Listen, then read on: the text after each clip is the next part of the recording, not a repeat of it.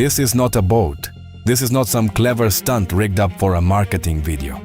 This is a full-size 3-ton luxury SUV, and it just crossed a river as if it were nothing at all. If that footage looks like something out of a Toyota Land Cruiser advert, it isn't. This is Chery, and by the time this video is over, you will understand exactly why Toyota, Nissan, and every other serious off-road brand on the planet is watching this car very, very closely. For decades, if you wanted a proper go-anywhere, body-on-frame luxury SUV, there were really only 3 names worth considering: Land Cruiser, Patrol, perhaps a tank if you wanted something a little more rugged. Chery has just kicked the door wide open with a 4th option, and it's called the Jetour G700. To understand why this car exists at all, you need to understand what's happening in China right now. Chery isn't some small upstart chasing headlines. It's one of the oldest and largest car makers in the country, and Jetour is its dedicated off-road and adventure brand. Zongheng is the newest, most premium line inside Jetour, built specifically to go after buyers who would otherwise be looking at a Land Cruiser, a Patrol, or a Defender. China's new energy vehicle market has turned into the most aggressive automotive arms race on the planet, with every major brand trying to out-engineer, outpower, and out-gadget the next one. The G700 is Chery's answer to that fight. And it doesn't just try to compete on price the way Chinese brands used to. It competes on capability, on technology, and on something none of its 3 established rivals can claim: it floats. The first thing you notice is the sheer size of this vehicle. We're talking about 5.2 meters in length, over 2 meters wide, sitting on a 2.87 meter wheelbase. That puts it roughly in the same footprint as a Land Cruiser 300 or a Lexus GX. Every panel is boxy, upright and squared off. There are exposed tow hooks front and rear, and a spare wheel mounted on the tailgate.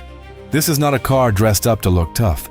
Every line on this body is telling you exactly what it was built to do. One touch worth mentioning is the rear lighting. The taillights on the G700 are fully digital, which means they can display different light signatures depending on the mode the driver selects. It's a small thing in the grand scheme of what this car can do, but it tells you something about the mindset behind it. This is a brand thinking about details that most of its established rivals still haven't bothered with. You'll also find a choice of 18 or 20-inch wheels wrapped in proper off-road rubber, and depending on the trim, up to 7 different exterior colors, from a very restrained white or black through to a striking military-style orange. Open the door and the cabin leans hard into that rugged luxury look. There's leather and suede across the seats and door cards, exposed rivets, and metal trim that wants to feel tough and premium in equal measure. The technology inside is where things get genuinely serious. There's a 15.6-inch central touchscreen and a digital instrument cluster that stretches over 35 inches across the dashboard. That is not a typo. It runs almost the entire width of the car, showing everything from navigation and off-road data to camera feeds when you're crawling over rocks or fording a stream. Depending on the configuration you choose, the G700 seats either 5 or 6 people. So this can just as easily be a family car as it can be a serious adventure vehicle. And it isn't just about screens either. The driver assistance package, built on Chery's own Falcon system, can handle high-speed navigation on motorways and can also park the car by itself, which is the sort of feature you'd usually expect from a car costing twice as much. Now here's where things get properly interesting, and we'll keep this simple rather than diving into every technical spec sheet.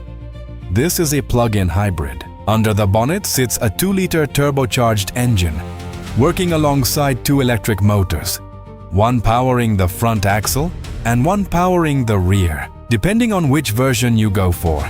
Total output ranges from around 750 horsepower right up to a staggering 892 horsepower, with well over 1100 Newton meters of torque. To put that into perspective, That's enough to launch a 3-ton SUV from a standstill to 100 kilometers an hour in just 4.6 seconds. A vehicle this size has absolutely no business being that quick. The battery itself comes from CATL, one of the biggest battery manufacturers in the world, and it's built to charge quickly, going from 20 to 80% in around 10 minutes. Combine the electric range with the size of the fuel tank, and Chery claims a total combined range of up to 1,400 kilometers. That is the kind of number that makes serious long-distance overlanding genuinely realistic, without constantly having to plan your route around the nearest charging point. For towing, the G700 is rated at up to 2.5 tons, which covers a decent-sized caravan or a loaded trailer without breaking a sweat. Underneath all of that technology sits proper body-on-frame construction. A real ladder chassis, not a unibody dressed up to look capable. This is the same fundamental approach used by the Land Cruiser and the Patrol. And it's exactly what allows a vehicle like this to take genuine off-road punishment without falling apart. The G700 comes with 3 locking differentials, a 2-speed transfer case, and up to 320 millimeters of ground clearance. On paper, this is a proper off-roader, not a soft SUV wearing off-road styling. Here's the bit that genuinely surprised people who've driven this thing. The G700 runs a dual-motor electric all-wheel drive setup, one motor on the front axle and one on the rear, and together with the combustion engine, they're putting down well over 1,100 Newton-meters of combined torque. What that means in practice is grip that feels almost unfair for a vehicle this size. Pointed at a loose, narrow trail, and it doesn't hesitate. It just claws its way through, sending power to whichever wheel actually has the traction to use it. And then there's the party trick that really gets people talking. It can rotate on its own axis, almost like a tank turning in place, using nothing more than that dual motor setup working the wheels in opposite directions. No third motor, no fancy independent quad motor system like the really exotic Chinese EVs use. Just 2 motors and a huge amount of torque, cleverly managed by the car's computer. On a tight trail where a normal SUV would need a 5-point turn to get out of trouble, the G700 can practically spin around on the spot and head back the way it came. Add the locking differentials into that mix, and you've got a vehicle that can walk itself out of situations that would leave most luxury SUVs stuck and waiting for a tow truck. And now we get to the reason we're really here. Chery calls this particular version the Ark Edition, and it is, without exaggeration, an amphibious SUV. The G700 can wade through water almost a meter deep, 970 millimeters to be precise, thanks to a fully sealed Achang, pressure-rated cabin that can handle both the water pressure and the current pushing against it. But the Ark Edition takes things further still. When the wheels lose contact with the ground entirely, the drivetrain switches over to a set of electric propellers, and the SUV genuinely sails across the water, holding a steady speed and staying level, thanks to a built-in gyroscopic stabilization system. This isn't a rumor, and it isn't a concept car demonstration that never made it to production. Chery has done this publicly, more than once, including a 1.5-kilometer crossing of the Yangtze River completed in just 22 minutes, and another crossing of the Minjiang River in around 10. These weren't quiet tests either.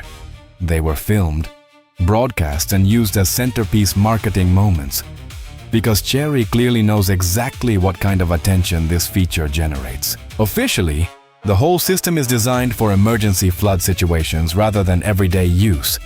Something genuinely useful if you live somewhere that gets hit by flash floods. Unofficially, if you owned one of these, you would absolutely find an excuse to try it at least once.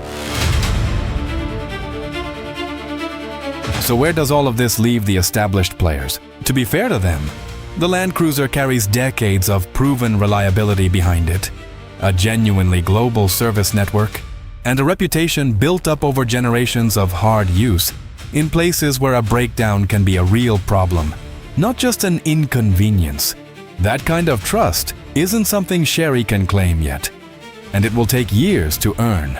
But looking purely at the numbers, in 2026, the The G700 is matching or beating its established rivals in almost every single category. Power, torque, technology, and now, a capability none of them have ever offered at all. It also isn't appearing in isolation. This car exists in the middle of a genuine price and technology war happening inside China right now, with brands like BYD, Great Wall and Chery all racing to outdo each other on power figures, range numbers and gimmick features almost every few months. The G700 is simply the version of that fight that happens to be aimed directly at the Land Cruiser crowd. In China, the G700 is priced from roughly $46,000 up to $60,000 US, depending on the trim level you choose, putting it firmly in the same bracket as a well-equipped Prado or a Tank 500. Export markets are the obvious next step.